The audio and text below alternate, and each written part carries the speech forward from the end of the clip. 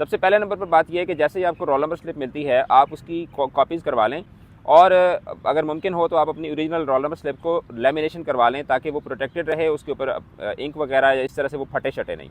उसके बाद दूसरे नंबर पर बात यह है कि आपने अपनी जो रोल नंबर स्लिप है और इसी तरीके से आपके एग्ज़ाम के जितने भी टूल्स होते हैं जिसमें पेन्स होते हैं, मार्कर्स होते हैं, ज्योमेट्री बॉक्स है, उसके घर के अंदर एक जगह बनाएं और उसको पेपर से वापस आके उसी जगह पर वापस रखें और उसी जगह से सुबह आप उसको उठाएं।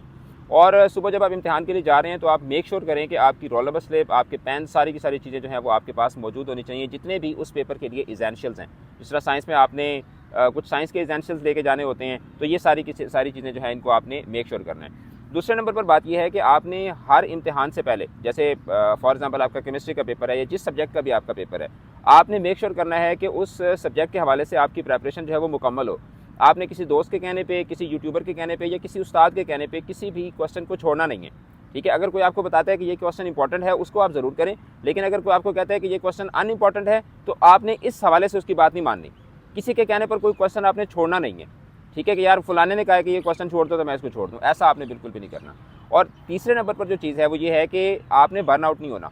इम्तिहानात के अंदर ना अक्सर ये होता है कि आप एक पेपर की बहुत अच्छे तरीके से प्रेपरेशन करते हैं और वो पेपर आपका अच्छा नहीं जाता, तो उससे आप डिसहार्ट हो जाते हैं कि मैंने तो इस सब्जेक्ट की बहुत तैयारी की थी, बहुत अच्छे से मैंने इसको प्रिपेयर किया था, लेकिन पेपर मुश्किल आ गया, पेपर आउट ऑफ कोर्स आ गया, या आपने पेपर के अंदर कोई जानबूझ के आपसे कोई गलती हो गई, ठीक है, आपने कोई सिली मिस्टेक कर दी, तो उसकी वजह से आप बहुत ज़्यादा ना फिर उसमें एक ट्रामा में चले जाते हैं, आप एक मतलब उदासी में चले जाते हैं। ऐसा आपने बिल्कुल नहीं करना और तमाम पेपर्स को आपने इक्वली ट्रीट करना है, एक बैलेंस के साथ आपने अपनी प्रेपरेशन करनी है ताकि आप बर्न आउट ना हो।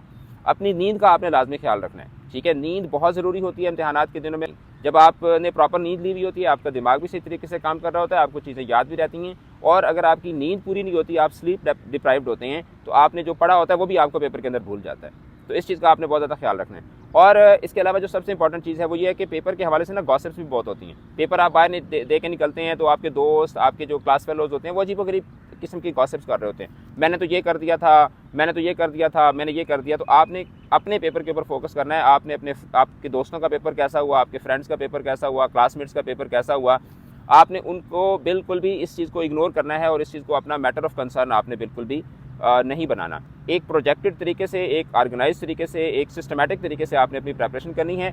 ये 10-15 दिन का फेज़ होता है पेपर्स का, इसमें आप मरने नहीं लगे अगर आप बहुत ज़्यादा मेहनत कर लेंगे तो। आपने डट के मेहनत करनी है, आपने किसी भी पेपर को इग्नोर नहीं करना, बाकी सारी चीज़ों को आप साइड पे कर दें और अपने पेपर्स के ऊपर फोकस करें। और आपके पास जो पेन्स हैं जो आपने पेपर में यूज़ करते हैं, ब्लू पेन है, ब्लैक पेन है, मार्कर्स हैं, आपके पास हर चीज़ की कम से कम 3 स्पेयर्स होनी चाहिए कि अगर वहाँ पे आपका पेन ख़राब होता है तो आप जो है ना वो आपके पास एक स्पेयर पेन मौजूद हो। और यहाँ पर एक प्रो टिप मैं आपको दे दूँ कि पेपर के लिए आप कभी भी नया पेन लेकर मत जाएँ। बच्चे क्या करते हैं, वो जाते हैं, जाके स्टेशनरी शॉप से पेन लिया, पेन लेके सीधा पेपर में चले गए। ये बेवकूफ़ी होती है। आप पेन लें, पेन लेके कम से कम उससे 120 वर्ड्स लिखें, उससे वो पेन आपके हाथ में क्या होता है, रवां होता है। तो मैं जब इम्तिहानात के लिए जाया करता था तो मैं यही करता था, मैं 3 पेन लेता था और तीनों पेन्स के साथ, हर पेन के साथ मैं 100 वर्ड्स लिखता था ताकि वो पेन मेरे हाथ में भी बैठ जाए और मुझे उस पेन की नेब और बाकी सारी चीज़ों का भी पता चल जाए, पेन के अंदर रवानी आ जाती है। और उसके बाद आप जो है ना वो पेपर के लिए जाएँ। अल्लाह ताला आपको कामयाब करे। मैं साथ साथ आपके हर सब्जेक्ट के जो गेस्ट पेपर्स होंगे वो भी आपके साथ शेयर करता रहूँगा, पेपर्स का एनालिसिस भी साथ साथ करता रहूँगा। और इंग्लिश और उर्दू के हमारे जो क्रैश कोर्सेज हैं वो तो आपने लाजमी ज्वाइन करने हैं, क्योंकि उसमें आपको प्रॉपर तरीके से सारी प्रिपरेशन जो है वो करवाई जाएगी। Thank you so much.